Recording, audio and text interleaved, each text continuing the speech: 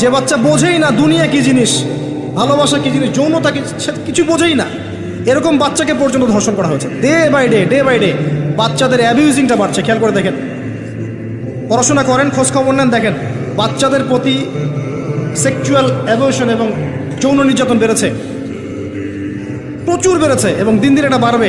যত বেশি আপনি এগুলো উন্মুক্ত করবেন, ফ্রিমিক্সিং করবেন, পর্নোগ্রাফি উন্মুক্ত করবেন, এইসব কাছে আসার গল্প, এইসব দিবস পালন করবেন, তত বেশি এগুলো হবে ইনশাআল্লাহ।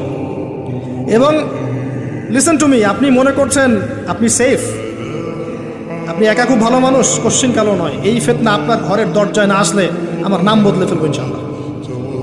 এই ফিতনা আপনার ঘরের দরজায়ও যাবে, আমার ঘরের দরজাও আসবে।